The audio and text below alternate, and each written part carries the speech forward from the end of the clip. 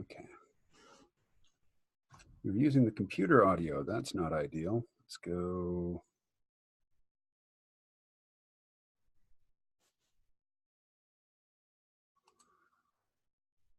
Oh, that's good.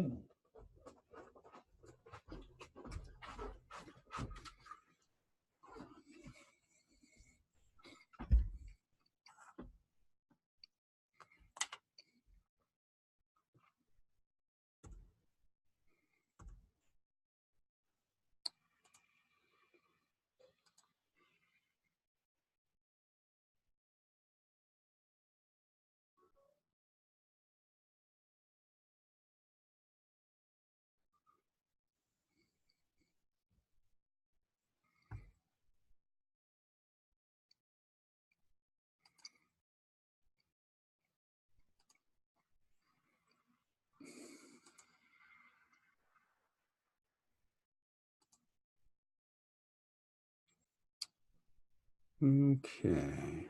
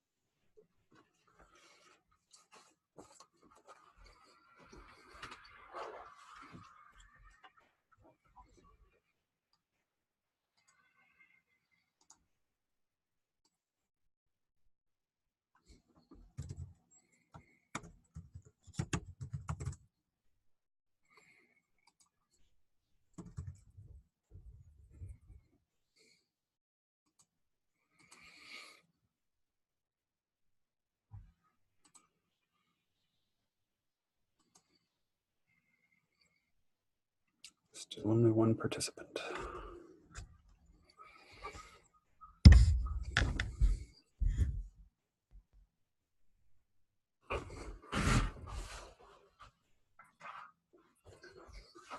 Plug it in.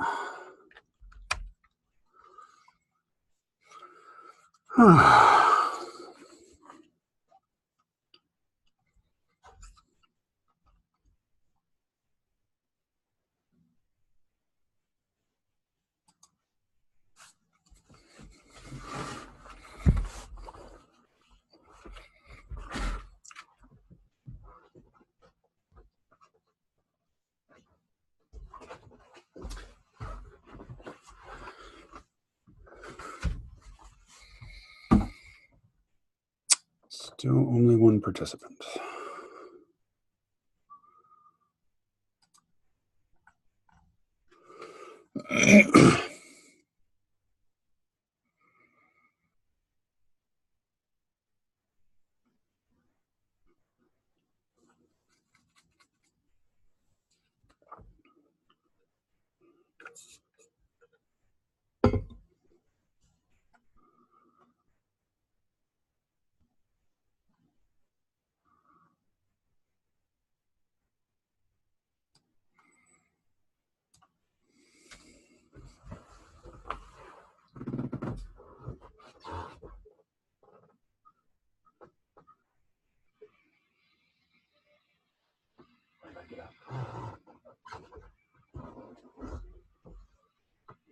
Phone.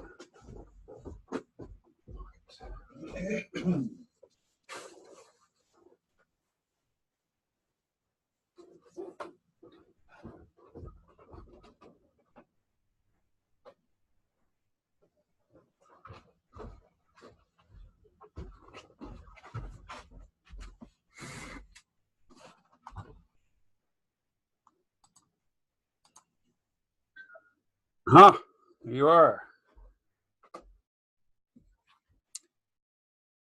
Can you hear me?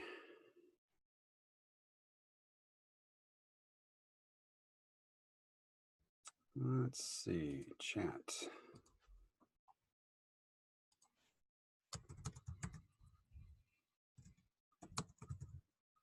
Oh, you won't be able to see the chat. Let's see. Oh, I have video. I see you, but I do not hear anything. I see that your lips are moving, but I don't hear anything. Let's see.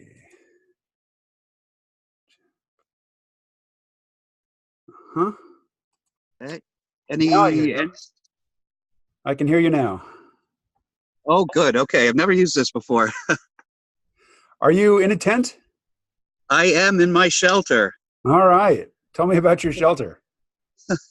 Well, I finally, after all of my nomading, I ended up getting a loan and buying a few acres in Farmington, Maine, and I'm kind of homesteading it, but with hardly any money at all, of course. Excellent. So I built one. I just wanted to prove to myself that I could make it through the winter, and so I kind of got a tarp shed type of thing that I built, and there's a tent inside it, and I just use a little propane heater. And you're in Vermont, right? So I am here. Let me show you what's going on outside my window. Let's see. Well, not a very good framing, but you can see we have snow.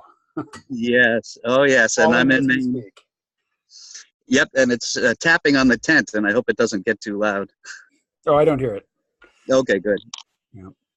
All righty. Well, let me introduce you. You are Alex Wall, the author of this book, That's right. Modern Nomadics, a Manual and Guide. And just to get things started, I'll read the back. Alex Wall is a writer and musician from the Portland, Maine area, now living in Farmington, Maine. In October 2014, he crossed the U.S. by ground-level travel, reporting on his experiences and the people he met along the way at his blog, iwalk.blogspot.com. And it looks like there's a double L in iWalk. Is that correct? That's right. Okay. Rough camping by the sides of the road from Maine to California in 90 days. Then from June 2015 to June 2016, he wrote 377 consecutive daily blog posts during his journey back to Maine from California, up to the Northwest coast, over to the Great Lakes, down to the Mississippi River to the Gulf Coast, and then up the East Coast, rough camping over 300 times, and posting over 15,000 pictures, hundreds of videos, many formal essays with profiles of dozens of people. This book was written to inform and inspire all the modern nomads to come. All right. Well, there's a nice little sketch of what we're going to talk about. I have fantasized about being nomadic, but inside of a metal box on top of four wheels. With a Yes. mobile home base. I've never really contemplated doing it just on foot. What led you to this feat?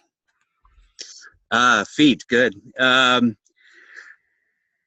Basically, I was homeless, and I actually just listened a day ago to your reading of my introduction, and as you might remember, I was working. Actually, I was working in the originally. I was working in the financial industry. I was a bankruptcy counselor, and there are two different forms, let's say, that you need to fill out in order to declare bankruptcy. So I used to work at a call center doing that. It was right before 2008, and had a bunch of other jobs. Couldn't stand working. I couldn't stand my boss. I love working, but I couldn't stand my boss. It was one of those things. I'm sure, I've listened to you for years, and I'm sure you know what I'm talking about. You know that I have reached my breaking point with day jobs, yes. Yeah, exactly. In fact, that's why I think you're so inspiring to me, or were over this last decade. And I think we're both the same age. I'm 50, just turned 50 in 2018. And I think we've had a similar type of experience.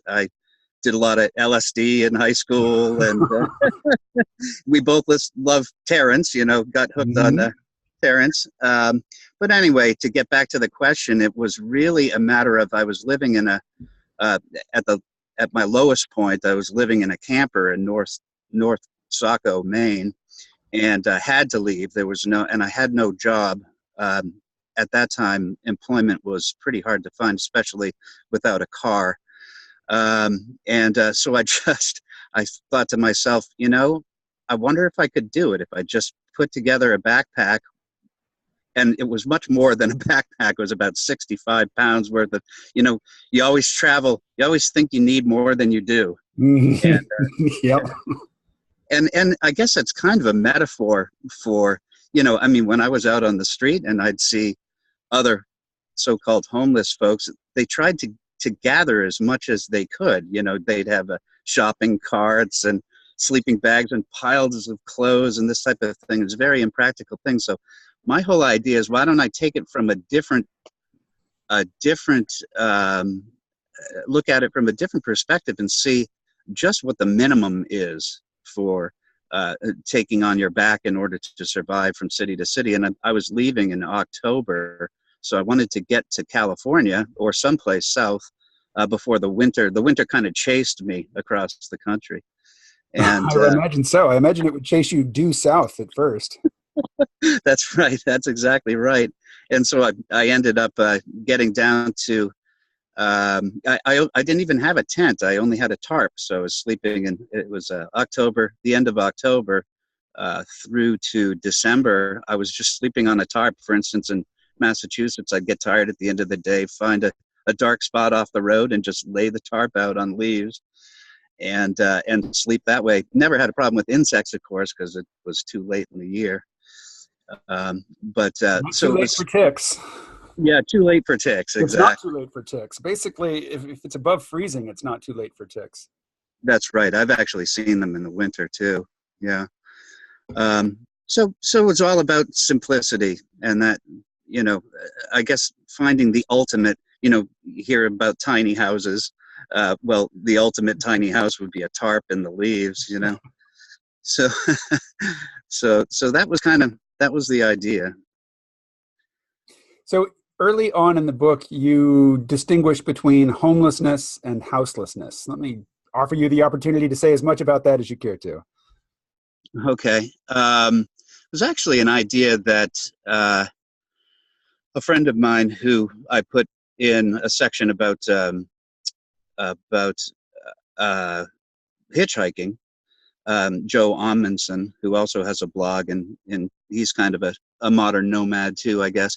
But he made some good points about how maybe you can, even if it's just for yourself, psychologically recover some of your personal dignity. How the stereotypes are of homelessness, by thinking of yourself as just houseless. Um, and the it's a matter of, I came to really believe that the whole country was my house. And as long as I could survive through nights and cold and rain and all of that sort of thing, it provide the same thing for myself that a house would provide. And once I kind of felt like I think it's all about kind of, I don't know if it's deceiving yourself or encouraging yourself, but to rise above even the stereotypes that I held the same stereotypes when I saw homeless people. And so it's about kind of getting a foothold on a different type of concept, and then trying to see yourself as not, the bottom of the barrel. And that's how I now look at everything. It's even if there could be uh, a, a homeless person who says this is just a temporary thing, I'm actually just houseless, and I'm moving in a positive direction. I'm moving toward fulfilling something that is just for me, and rather than a landlord or a bank or that type of thing. But the whole idea that I've kind of realized about the whole nomadics type of thing. I'm, you and I are in our 50s, early 50s. This would be something for 20 somethings Right. or 30, and which I kept thinking of. But the whole idea is that you would start out in an adventure, and that it's like Terrence used to say, do something with purpose. If you're going to take a drug or something, have a real intention, have a purpose behind it, and not just be like, I'm giving up. There's nothing for me, so I'm just going to, aside from suicide or something like that, I'm just going to be at the bottom. I am, I'm not worth anything, that sort of thing. Instead of having that type of attitude, I guess it's kind of a way of literally pulling yourself up by your bootstraps, because every morning that's exactly what I did. but so that's the idea anyway. The idea is that someday you would find a promised land, and so you'll find your home someday. But there's a lot of adventure out there. I mean, the couple of years that I spent traveling in that way seemed like a decade, because every single morning I'd wake up in a different place, with different people around, different experiences, that sort of thing. And it was incredible. It was like having a whole other lifetime. That's something I never would have anticipated. Let me ask you some practical questions about your immediate situation. What's your electricity situation there? I have a 100-watt solar panel, 400-watt charge controller that I'm using right now, actually.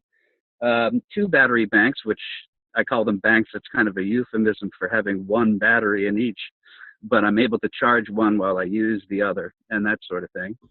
And it works really well as long as I keep the tent never really gets below, let's say, well, sometimes it can get pretty low. It can get down below 20. It was 30 this morning when I woke up. But of course, the bed is warm, so you don't use heat then. But it does help the battery banks to be at a little bit warmer temperature, and they retain plenty of power. Now, with no leaves on the trees and bright, blinding snow everywhere, except for today, yesterday was a beautiful day, I'd get 14 volts charged up on each battery bank. And so that's plenty to run lights and charge my phone and my laptop and that sort of thing. So as a modern nomad, one of the indispensable pieces of equipment that you take with you on the road is your smartphone with your data plan. Is running both audio and video on the phone going to endanger either your phone battery or your data plan? No, because I've actually got it plugged into the inverter right now, and got plenty. In fact, it's charging, which is nice. How about the data side of things? Right. And the plan that I had, it took me 3 plans to get one that worked out here in the woods. So I ended up wasting quite a bit of money. But this is just a prepaid U.S. cellular $35 a month type of thing, and I get 4G up to a gigabyte, and then it goes down to just 1. But it works great. It's really pretty amazing. In fact, it works better out here in the woods than it does in town. Well, the point I'm working around to is if it would be an inconvenience to you to have the video going the whole time, you're welcome to kill the video. Okay. I don't even know how to do that. There's a control. I don't know how to do it on a cell phone, but there are some controls here in Zoom. If I just move my mouse, I know your phone doesn't have a mouse, but a bar comes up on the bottom. It has options for muting and stopping the video on the lower left. Yeah, let me see here. Well, I don't want to lose you. It's not that big a deal. Okay. It doesn't seem to be a problem. Well, in reading, I haven't read the whole book, but I've read around in it. So it's not that I've read up to a certain point. I've just, paged through it. And when I saw something that looked, that caught my interest, I started reading there. But one of the, I guess the primary structuring elements of travel like this is that your body absolutely positively requires sleep, And Yeah, there comes a point where no matter what your situation, you can't stand up anymore. You have to lie down and go to sleep. Let me that's ask you to right. talk about that. That's right. Probably, I think that was probably the biggest focus in the book, and I do have a whole section, whole chapter on kind of the legal aspects, because what I found was by the time I got to, I think it was South Carolina on my way up the East Coast, I realized that, I realized that I wanted to be kind of ethically or legally consistent. I don't want to break the law, but the type of lifestyle that I had required me, like you say, you do need sleep at the end of the day. It's kind of like a human right, I guess. I call it a civil right, the civil right to sleep. So if I could find a place that didn't have a no trespassing sign, and wasn't somebody, didn't have a house, it was just usually commercial property or public land, I'd go in there and sleep. If I did see a sign, I wouldn't go. There were a couple times that I had to violate that just because of desperation in a way.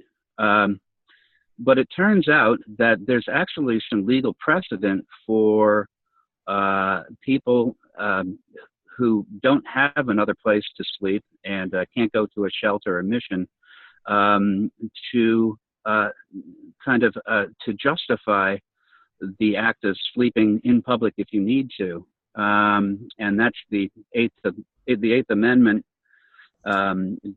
against cruel and unusual punishment is, for instance, telling someone to constantly move along. Move along, sir. Move along, sir. Move along, sir. There's no rest. And especially when it comes to sleep, it's a type of torture. So it all came down for me in the concept of mens rea, which is that Latin for a guilty mind. Do I have a guilty mind when I'm doing this? Am I actually breaking the law? Am I being ethically inconsistent by choosing to sleep in a certain place? And I think, if I was going around just doing it on purpose in order to leave trash or something like that, I mean, it's surprising. There are a lot of kind of mean-spirited or bitter people who are in the homeless community, and they just don't care. They'll just leave the trash everywhere. They'll set fires, all of this type of thing. And so kind of the idea was that a modern nomad I kind of look at it as being maybe like a ninja, or any other type of what was the book, The Prince? Was that Machiavelli? Yes. Tells about what the prince needs to do. Well, what the modern nomad should be doing is being responsible, but also being responsible to oneself, and knowing your rights and being able to argue that if somebody gives you a hard time about it. And the right to sleep is probably the most important thing. Every time I was able to have a spot of my own after, walking, being in public, kind of being on stage all day, as it were, to have a place where I could just rest, feel like it was my home. I call this concept making it your own, or owning where you are. No matter where you are, you have the human dignity, I think, to own where you are at that time. And I guess maybe it's another psychological technique for feeling some type of dignity in a society where if somebody were to see me there, they report it. You know how people are. So sleep was the thing, or the campsite, I should say, was the thing that I look forward to every day. It was darkness. When night fell, I felt good. I felt relaxed. Even if I had to sneak around somewhere, sneak through the woods or do whatever, I never had a problem. Well, I had a few adventures with animals, but I was never, and I had a few adventures actually with almost being caught on land. And some of them were almost miraculous. Actually, two of them were kind of miraculous. One time I snuck in and a car went by, probably to this guy's land, and he stopped, and you could hear him go, "Arr!" And he pulled over to the side of the road, and he came running through the woods. And I didn't know what to do. I was in a clearing. There was no way I was going to escape being found by this guy. I didn't know if it was his land or maybe he was just a conscientious neighbor or something. So I just knelt down. I kind of pulled my hat over my face and put my backpack in front of me. And he stood right there in front of me with a flashlight looking around and never saw me. It was the weirdest thing. It was almost like a miracle type of thing. In fact, I thought he did see me. He was just playing with me. I was going to stand up and say, "Oh, here I am. Sorry about that." You know, that type of thing. And it never happened. So I don't know that the modern nomadic gods were looking after me that day, I guess. But yeah, sleep is the greatest thing. It's what allows you to keep going in any sense, even on the street. Well, you mentioned that you would look forward to your evening privacy. That wasn't just a metaphorical looking forward. You're also on your smartphone using Google Maps and Google Earth and sometimes even Google Street View to find your next night's sleep spot. Well, that is the weirdest thing of all, is I did not have a phone. And I didn't have a phone, and the only time I could ever get online would be at a restaurant or, you know, a library or that kind of thing. So when I did have a laptop, and later on I had a tablet. The tablet was obviously much easier to carry around, but so I actually didn't. I'd have to look for sleep spots during the day when I was at a place where I'd be working. And so I had no GPS. I would take screenshots of Google Maps and then work from there. But of course, when you scale up, you miss route numbers and that sort of thing. So I was really, you know, much more primitive than some media savvy or tech savvy person would be. I was literally walking with a paper map when I first left. I couldn't afford a cell phone or anything. And so I made a lot of wrong decisions, took a lot of wrong ways. You know, it's so different. When you get used to the life that's slow, you know, a life of slow travel, if you're going to test out an alternate route to something, you know, it takes an hour to walk. I walk about a 20-minute mile. So, you know, in 1 hour, you're 3 miles out of the way. If you've gone the wrong way, it's going to take you another hour to get back where you started. Whereas with a car, you can explore a little bit and get right back in 15 minutes or something, you know, go 10 miles out of the way and come back. So it was some pretty frustrating times going toward down in Connecticut. I was walking toward Darien, and it was just pouring rain. I mean, absolutely, rain is the absolute nemesis. Even today, even in my shelter, it finds a way in. It's like life, you know, it finds a way. But so I took the wrong way, and I didn't realize until I got to the Dunkin' Donuts there in Darien just how far out of my way I'd gone. But the simple act of having a cell phone like I do now, like I'm talking to you now, and all the features and data would have saved me so much trouble. So I try and make it a big deal in the book to make sure that people have at least that. It's worth it, you know. It definitely is. Well, I've done a lot of travel by car, you know, so surface travel, but not by foot. And you know, sometimes I would obsess over, you know, how thoroughly I have packed. Do I have everything I need? And then I remember I'm not going to the Amazon. I'm not going to the Himalayas. I'm going to be in the continental United States. As long as I've got a working, you know, debit card and a smartphone, I'm pretty good. That's right. That's right. It's almost like an office in your pocket, you Yeah. know. But just having the GPS would have been so nice, or being able to have data out in the middle of, as you walk, you know, if I really wanted to be out of the way, I'd be 3 acres into, you know, out into the woods, and just being able to get online and do work there. I'm not sure if the adventure would have been. I'm not sure, you know, I would have had as many things happen that I could write about each day if I was coddled by having a cell phone, you know. Or if your eyes were always, you know, down in the palm of your hand, you probably would That's a lot of things that you ended up reading about. That's a good point. That's a good point. Yeah. Well, the back of the book says you posted, what was it? 377 consecutive daily blog posts. Even if I were just here in my apartment with no other obligations, if I wrote something and posted it every day for 377 consecutive days, that would be, I might write a book just about that. Even without the cross country on foot aspect of it. That's very impressive, particularly knowing that you did it without, your own internet connection, that part of your daily routine would have to be finding that internet watering hole. Yeah, that's right. That's exactly right. And what it really boils down to, maybe I'm German and Irish, so maybe it's the German side of me. I don't know, but just managing your time down to the nice thing, I guess, about being sick. I don't know how a couple would ever do the things that I did. I suppose it's possible, but not having to wake up in the morning and discuss everything in a committee with someone. I just was able to change things as I went along, and it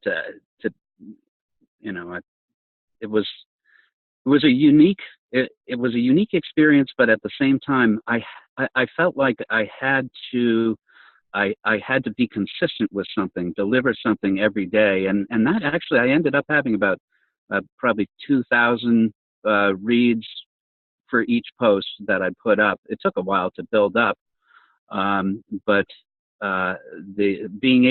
saying to myself, kind of, it's just another psychological trick or whatever, is just saying, you've got to get this done. After 100 posts or something, I'd say, I can't fail now. Mm-hmm. It's like you with your podcast. I mean, you have an unbelievable amount of material, and you do things. I think it's so much easier to write and take pictures and do that type of thing. What I did, I mean, having to interview people and your speaking voice and able to read things. I mean, I like your podcast where you just sit and read something. I just enjoy it. I do. You just have a great voice, and to hear you read my introduction was just a kind of a dream come true. I'm not trying to over flatter. Oh, you're doing a good job. Yeah, maybe it'll get me somewhere,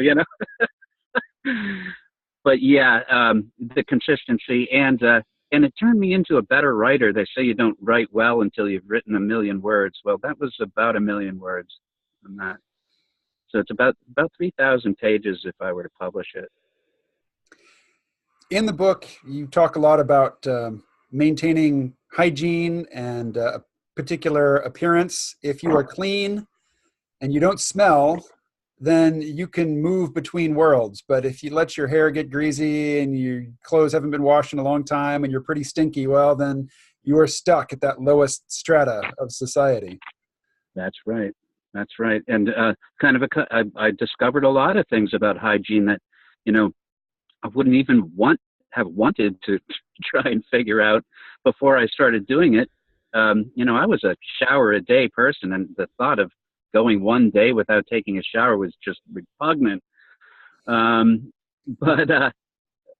you find out that the usefulness of the body takes care of itself. It's a really kind of a strange thing. I'd find that just rinsing my hair in a restroom or something like that, after a while, I could go for 2 weeks without shampooing and just kind of a daily rinse or whatever. And my hair was, what little hair I have left, was soft and clean. And I would find that when I'd finally get into a motel room and take a shower or something, the next day or a couple days later, if I wasn't able to shower again, my hair would be really greasy.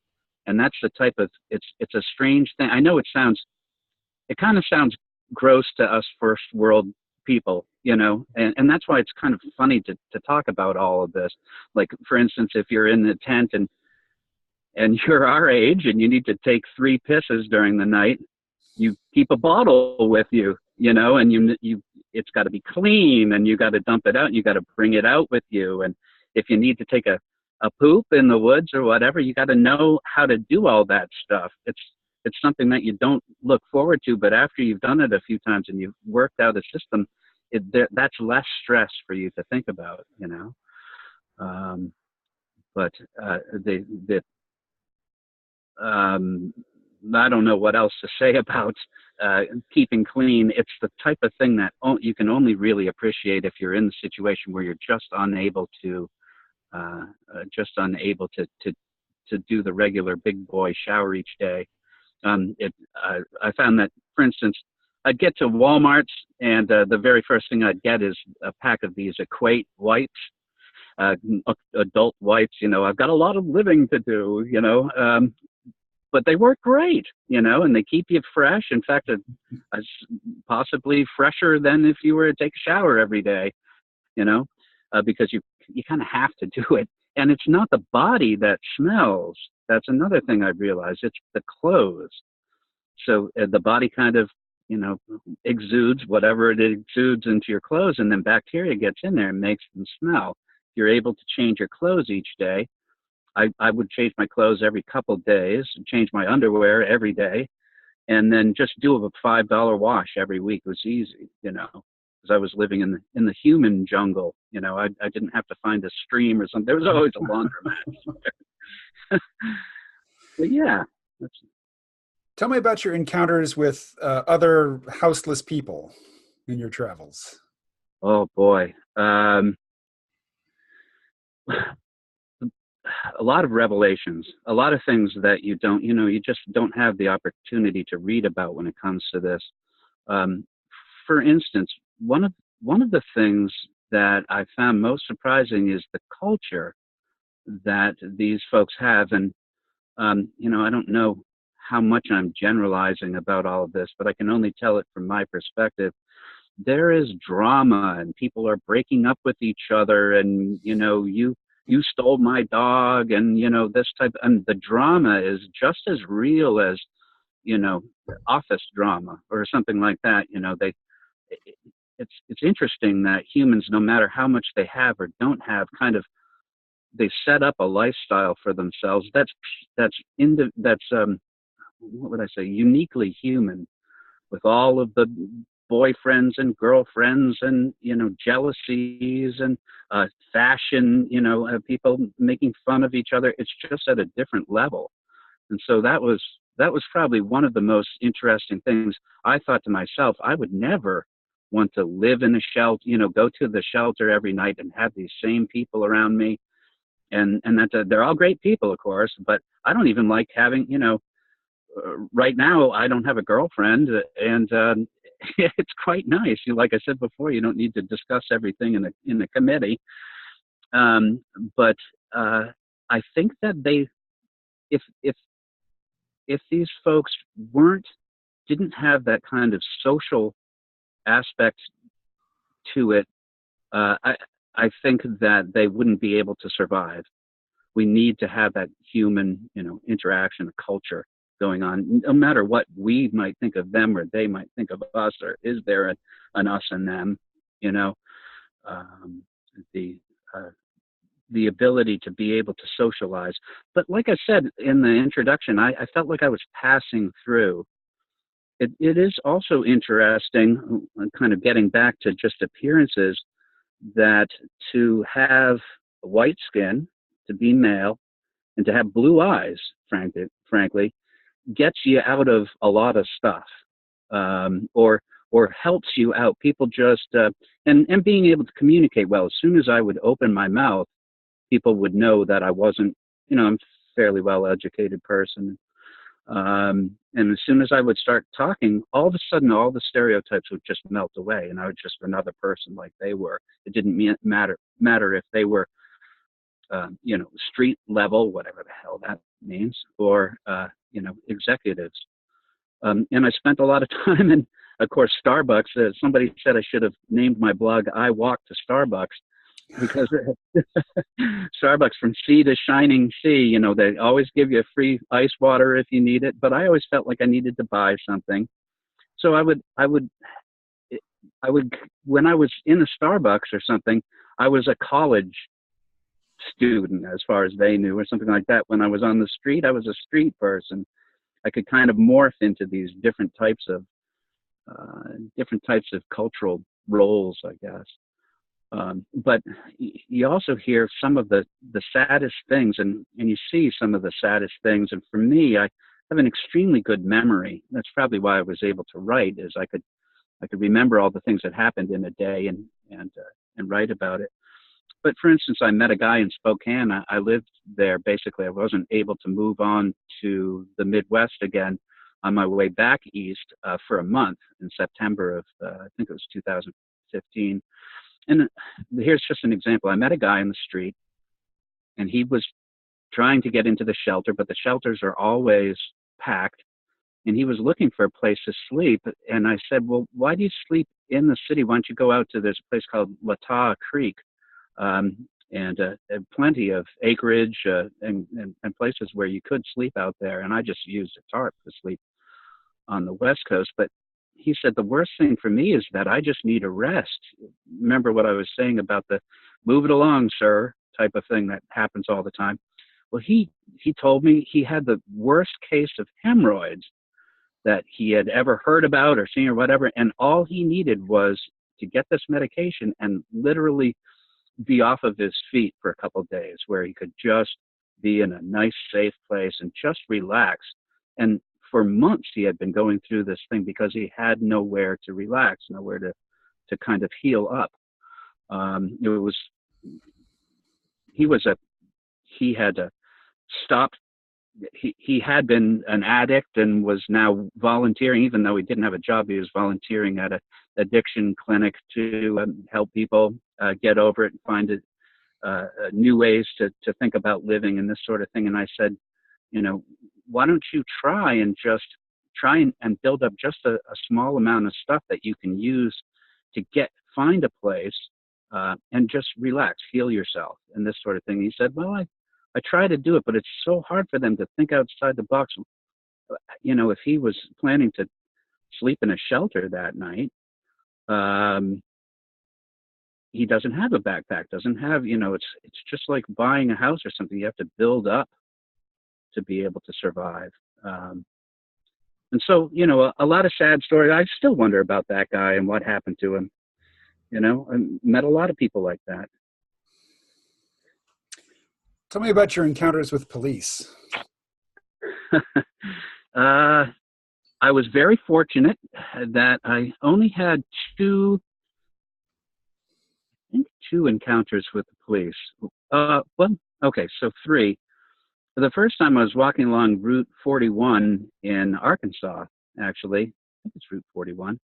I made it down and I was going to walk across Oklahoma and trying to get, oh my God, the distances down there, you get closer to Texas or something like that, are just overwhelming. Anyway, I didn't discover this until I was sick in Arkansas, and I was just like, I need to find some other way. So I ended up taking the train back up to Kansas City and then out west. But anyway, when I was down there walking along Route 41, I think that must be an interstate. And I didn't see any signs disallowing walking or anything like that. But a cop did pull over, and I had actually spent the night on the road and then came back out and kept walking down toward, I think it was Conway. And he stopped and said, you can't walk on here and all this stuff. And of course, I apologized for it. And I asked him if I could have a ride to the next exit. He was like, nope. But he pointed down to a frontage road, and luckily I was able to get down and walk along that. So that was one. Two other times. One was in Georgia. I was walking from Georgia right near the South Carolina border, and it was New Year's Eve day, and a sheriff and his deputy stopped me. And it was one of these things that you see on YouTube or something like that. It was one of these things where I wasn't doing anything wrong, but I stuck out. And they asked for my license. I know you don't need to give a license in that situation, but I wanted to smooth things over. I wanted to be able to find my sleep spot that night. It was just a big inconvenience to have to deal with these two guys. But they were checking me out, and I got out of it. And this is part of the whole idea of, if you're going to be a modern nomad, you should have a purpose, a job, you should be doing something that you can show, that you're supporting yourself and that sort of thing. So I gave them my business card. I have some nice business cards for walking across the country, and that cleared it all up. Plus being white, having blue eyes, all of this type of thing. I eventually wrote a kind of an interesting post about this, but the more I thought about it, the more I kind of felt violated. I understand, why they would stop me, or anyone. Nobody walks. I mean, you just stick out like Right. and so they had to find out what was going on. But still, I feel like it should be. This is my country too, and I pay taxes. And if I want to walk on the road instead of driving, I should be allowed to do that and not be what I consider to be harassed. Everything was euphemistic. You're just making sure you're okay. They're saying, you stop and make sure the little old lady is okay when she crosses the street, And the final thing was on that Christmas Eve, actually. It was Christmas Eve going from Arkansas all the way. I took a 30-hour trip out to Raymond, New Mexico. Actually, it was Gallup, New Mexico, going up through Kansas City. But we got stopped in Arkansas. The bus, I was in a bus, and this girl on the bus had about probably 2 ounces of weed. And she was just making a big deal about it. She had her and the guy behind me talking about it. The whole bus stank like weed, and I could smell it. And I'm a northerner, and I wasn't used to how things are done in the South. So we get to this spot after these guys have been talking about it and this type of thing. We get to this restaurant. I think it was a McDonald's or something, just to take a break. Everybody gets out and smokes a cigarette or whatever. And a bunch of sheriffs and state cops drive in and kind of surround the bus and keep it from, so it's not, I think maybe the bus driver called or something. So they take out their drug sniffing dog, bring it onto the bus, tell everybody to put their hands up, and then to put their hands in front of them and not reach down. They're yelling at people coming onto this bus.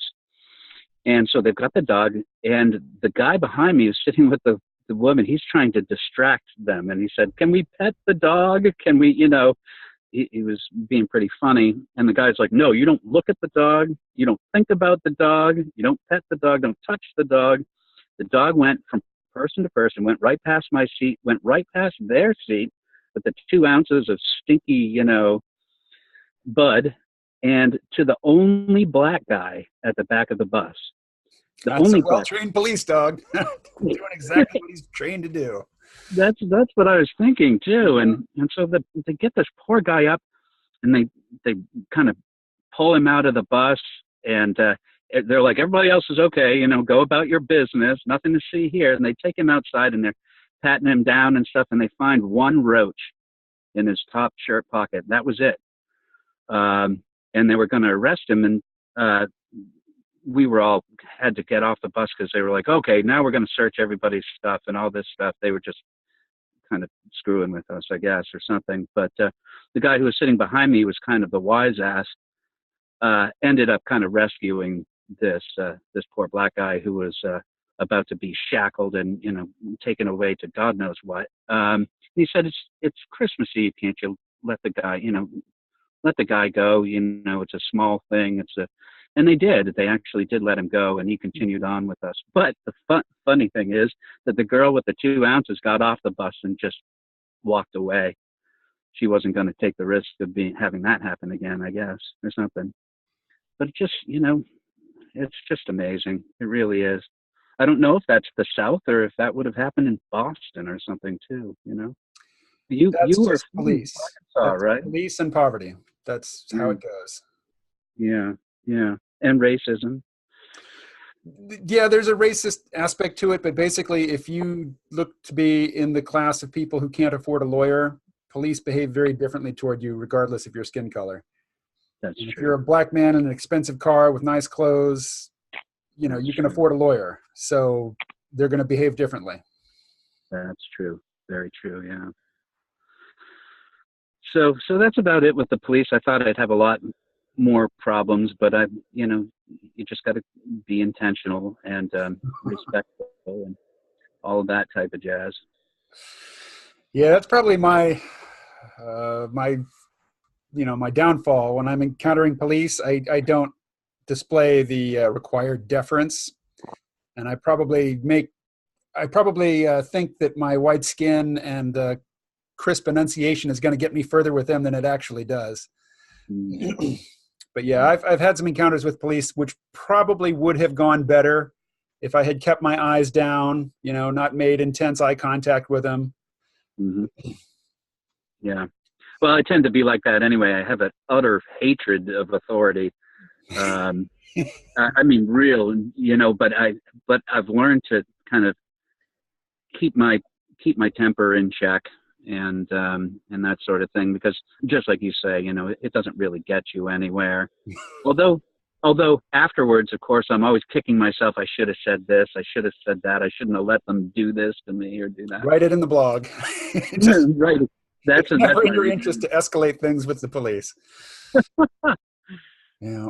True. Well, we should probably cut it short, but before we go, let me ask you just to talk about equipment a little bit. Start with shoes. Okay, yeah. What I started off with, I don't think I've been to a shoe store for a long time. I always go to Goodwill. Are there still shoe stores? I didn't know there were such things. Or clothes stores, for that matter. All my clothes are from Goodwill, and it's good stuff too. LL Bean is my favorite for everything, I guess. As a Mainer, you can't get more cliche than that. But so I started off with hiking boots, and it eventually evolved to getting just real cheap pairs of sneakers from Walmart. Was the best type of thing for walking, being light. They're not waterproof, but at the same time, rain was the exception and not the rule. So it was boots, and I went through, I think, maybe 10 pairs on the way to California from Maine, and then went through maybe 20 pairs of sneakers on the way back. In fact, when I left California, I've been, dirt poor all these years. And so even when I had the plan of leaving California, had this whole, I'm going to write every day, this type of thing, I left with these terrible, I think the tongue had been ripped out of these shoes or something. They were just like these kind of beach shoes type of thing. And they lasted right up through, I think, right up to Seattle. Yeah, so shoes and boots aren't as good as sneakers when you're doing a lot of long distance walking on roads. They're just kind of the way to go. If I could have afforded it, I would have gotten Timberlands or LL Beans or something like that for sneakers. But Walmart, there was always another Walmart. Some towns will have 3 Walmarts, 1 grocery store and 2 super centers at either side of town. There's always plenty of Walmart, so I could depend on my $25 sneakers. Which would last you about a month, right? Which would last about 20 days. That's right. Not even a month. Not even 3 weeks. Not even a month. No. 15 miles a day is a lot of wear. Yeah. It was interesting watching things fall apart on me and around me while I still kind of goes to show you how formidable the human body is to be able to recover with sleep each day, whereas the sneakers, I have to get rid of them every 20 days. The other thing that I had that was great were convertible pants. So I was able to take off the long legs and have shorts. And I wore those all the way from California. That's what I wore every single day until I got to the southern East Coast, where I accidentally sat on a highway rail and had a little metal burr sticking up and ended up ripping the ass of my pants up. I'm walking 20 miles trying to get to a place where, the cars are seeing my ass sticking out.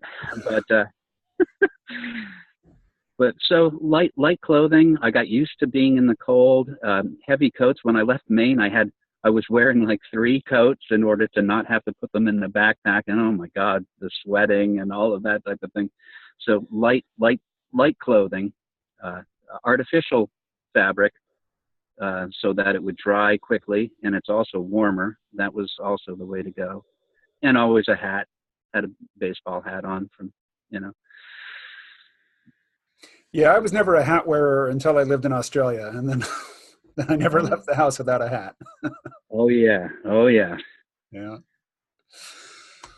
I was in Los Angeles last fall.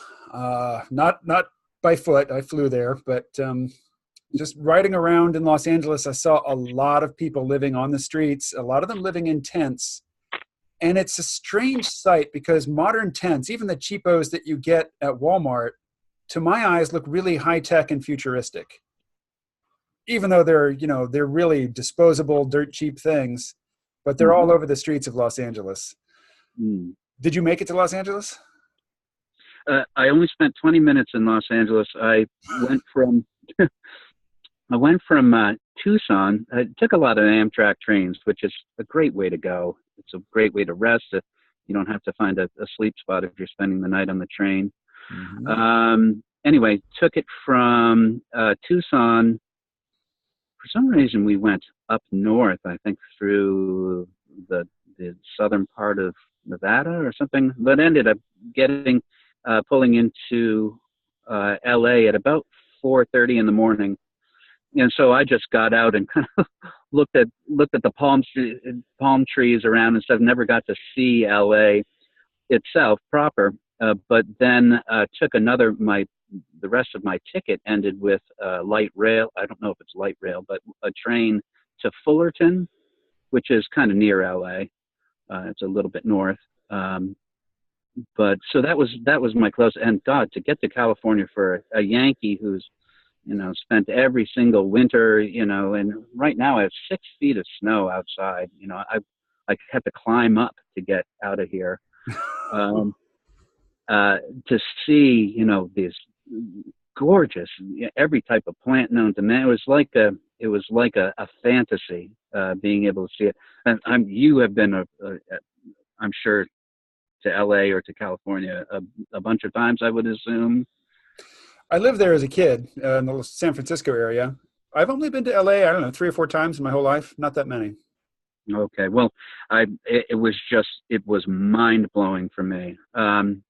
But I had a friend who offered to give me a place to stay up in Livermore, California. So I was in the East Bay region, which I loved. Northern California has got to be one of just all of California is just such a beautiful place. It's so sad to see, the fires from last year. I would look up, all of my posts have, at the end of them, have a little map showing where I spent the night, where I crashed, where I camped. And I noticed that, for instance, in Santa Rosa, that the entire field was burned away, as well as the neighborhoods around it and that sort of thing. But once I got up to, and so I was able to see Santa Cruz and some of these places, go into San Francisco a bunch of times, I really got the feel for how California is like 2 different states. I mean, the southern and Oh, northern yeah. parts are just, isn't that amazing? I took a train from Los Angeles to San Francisco, and it takes all day, and it goes up the coast. And yeah, California is its own country. I mean, just economically speaking, if it were its own country, it would still be one of the leading economies in the world. But in terms of terrain and in terms of culture, yeah, there's a lot to experience going south to north or north to south in California. It is. It's like an island. I mean, the Sierra Nevadas are almost like an ocean separating it from the rest of the country. I was just amazed. It was great because there were 2 kind of bucket list things that I was able to do by getting to California. Well, on the way, just sleeping in Tucson Mountain National Park was one of the most incredible experiences of my life, with the saguaros all around and the stars, and the spot where I was sleeping looked exactly like their license plate. This kind of sunset view with the cacti around and all this type of thing. But then also to get up and into California and just experience kind of, it's just so, the energy there like you say, it really is. It's like a different country. The other thing that I didn't get a chance to do, but really wanted to do, was try some mushrooms up in Washington. I was able to. They had just legalized cannabis for recreational use in Oregon, or for recreational sales. But when I got to Washington was the first time I was actually able to go into, I think it was, this place was called some kind of apothecary or whatever, but give them my expired Maine license just to prove that I'm an adult. I guess the balding and gray didn't give it away, but but to see it now, of course, in Maine we have that. So it was to be kind of to see all that. But I wish I had been able to gather a few mushrooms, meet some people in the psychedelic community, because that's really been a large part of my thinking too. There's the idea of cognitive liberty, and all the things. Oh yeah. You know what I'm talking about. I do indeed. Yeah. Well, Alex, hey, say a little bit about your book and any other projects you want people to know about, and then we'll wrap it up. Okay. Well, the book, what I'm doing is I'm trying to, there it is. There it is. Trying to get kind of send it out to people. Like the first 20 copies I had got sold right away, but that's kind of like a honeymoon type of, it's all friends and family, and they're kind of petting me on the back and saying, sure, we'll check out your little book. But then a few people said that this is something that happened with the blogging too, that they would lay in bed, a couple would lay in bed and read the book to each other or whatever, which is kind of a cool thing, very flattering that they would want to do that. So before I get I'm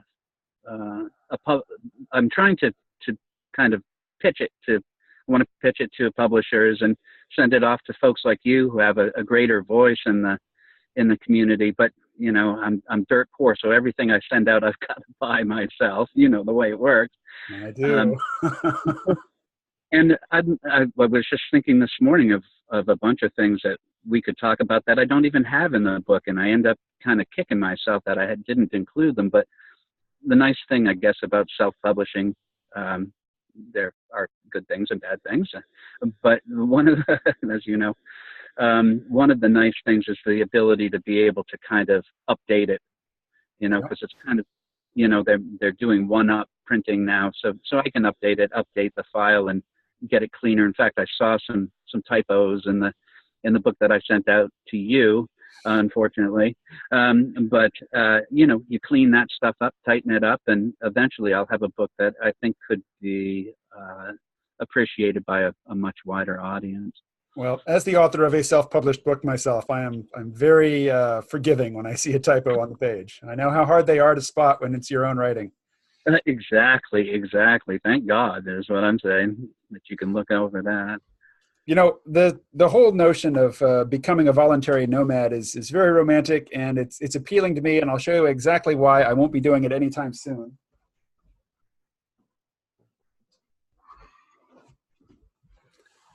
Oh, this creature does not travel well. No. And I'm covering up her most distinguishing feature right now, but she's missing a leg right here. She's a three-legged cat, and she's in her teens. So I will be stationary for as long as she's around, and as long as my kids are not yet adults, I'm going to be on the East Coast. There you go. That's another thing you and I share. I had a three-legged cat too. Oh yeah? Was that a front or back leg missing? Back leg. A front leg would be much harder, I would think. Do you know Jason Horsley? He's a podcaster from about the time when I was, a young podcaster, early on. He sounds familiar. He used to go by the name Aeolus Cephas in his first podcasting outing. He's a former compatriot of Doug Lane's. I think maybe they've had a falling out. They don't seem to work together anymore. But he also has a three-legged black cat. That's what reminded me of him. Really? Yeah. Wow. I had, his name was Buddy, and he was a barn cat, and showed up. I was feeding him, and he just showed up one day with this leg. I don't know if it was in farm equipment or something. His leg was missing, and I love animals, and it was just so hard on me. And I was like, am I going to, when I brought him in to have him, kind of fixed up and stuff, they said, well, you got a choice. It's $200 to fix him up or $35 to put him down. And I just couldn't stand him to have my Buddhist inclinations or to set in or something. And he was just the best cat, just unbelievable. But I had to leave him with, luckily, my sister when I headed out the first time. And it was one of the, it definitely, it's not that it was a regret, but God, I missed him so much. And he lived long enough for me to get back. He was 19. And so wow. I spent a few weeks with him, and when I got back to Maine, and then we had to put him down. But cats are just, and I was even trying to think of little ways, they have these kid strollers that you can pull behind you or whatever. I was like, I'm going to take him across the country. No, it doesn't quite work that way. You need a dog for that. Yeah. A lot of people had dogs too. I don't doubt it. Yeah. Well, hey, Alex, it has been a pleasure talking to you. Let's do this again. Absolutely, KMO. It's an absolute honor to finally get to talk to you. Thank you. Oh, it is my pleasure. I hope to get over to Maine. I've never actually set foot in the state, even though I live within a stone's throw now. How close are you to Brattleboro? About a half hour. Okay, because that's as far. I was thinking I should have contacted you when I got up there. It was one of the last places that I went on my way back to Maine.